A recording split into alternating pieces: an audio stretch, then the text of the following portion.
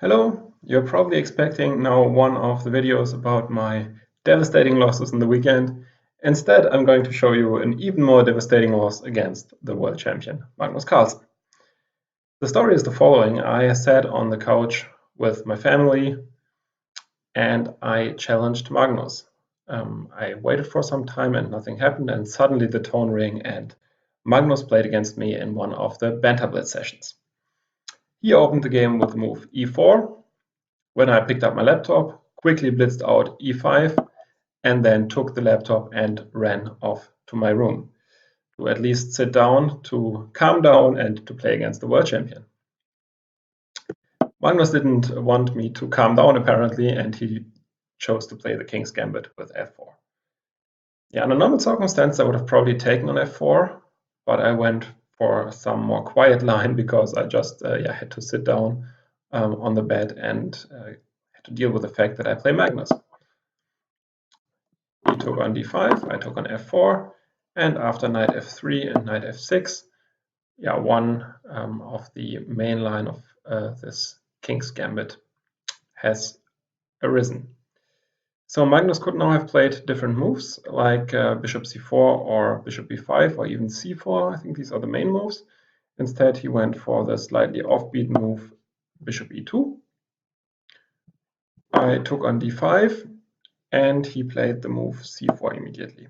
I think this move is a mistake, and I could have now gone for knight b4, threatening to go knight d3.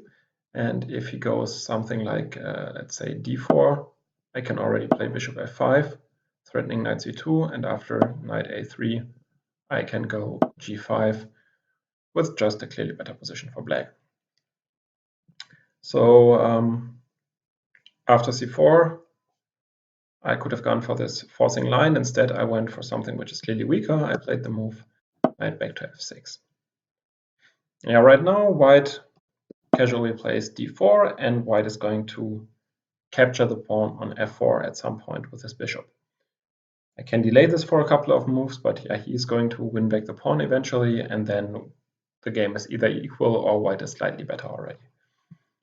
I give a check, and after knight c3, just castles, and I played knight c6, and now Magnus took the pawn on f4.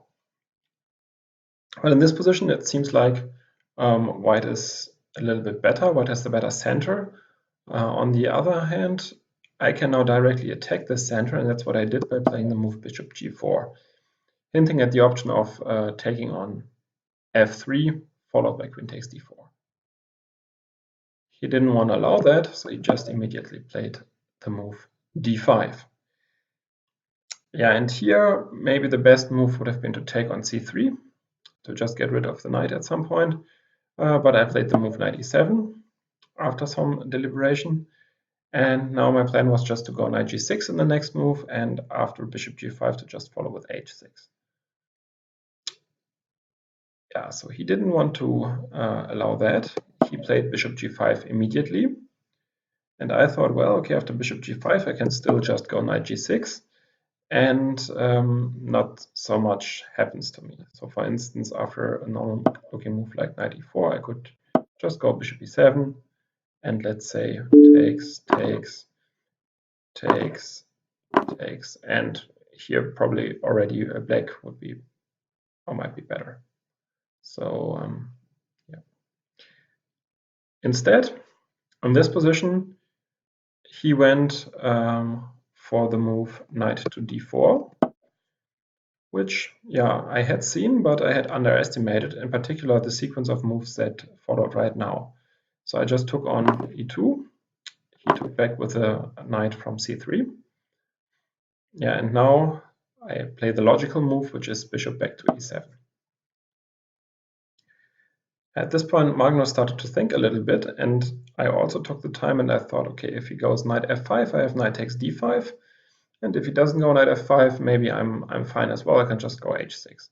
And I was decently satisfied with my position. But then he came up with a move knight f5, where I thought, well, why can't I just take on d5? So maybe here you can pause the video for a second and you can see if you find the best move for white in this position.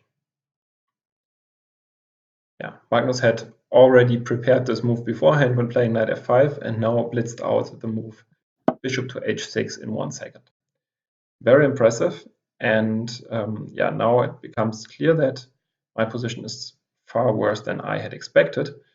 And if I take on h6, which is probably the most normal move here, then for instance, he could first take on h6 with a check and then take on d5, and my whole structure is ruined. So let's say something like this, cd, and white is just almost winning.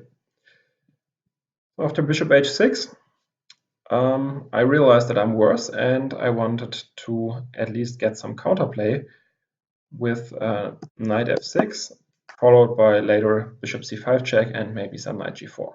So I played knight f6. Magnus took on g7. Yeah, and here I should have probably gone for queen d1, either here or in the next move, but I didn't see what was coming, so I just played rook e8, to which Magnus replied with knight to g3. Yeah, and still it's probably best for me to just exchange the queens, and then to maybe somehow rescue the bishop. But yeah, the position is already bad. So what I did was to give a check first, to exchange the queens.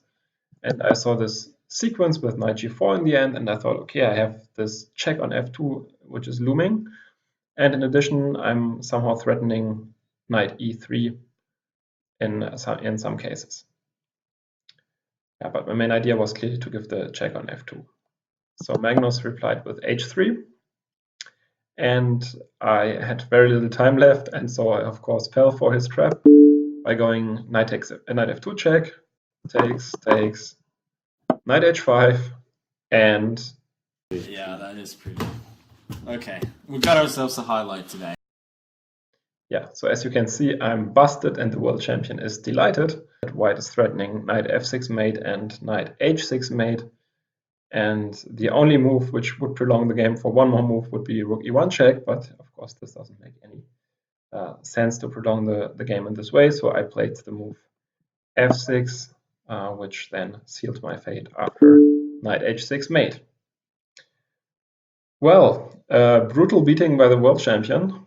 And after the game, I was not really happy because I lost in such a devastating fashion. However, I think I'm in good company. And moreover, it's a great honor to play against the world champion.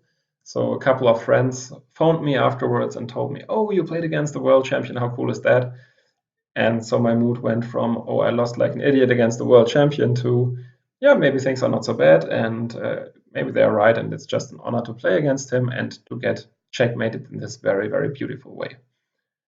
And the fact that then Chess24, where the game was played, even chose the game as a single release, shows that they also liked this checkmate quite a bit. And it's definitely aesthetically pleasing. So thanks for tuning into this episode of How to Get Smashed Without Any Chance by World Champion Magnus Carlsen. Looking forward to the next video.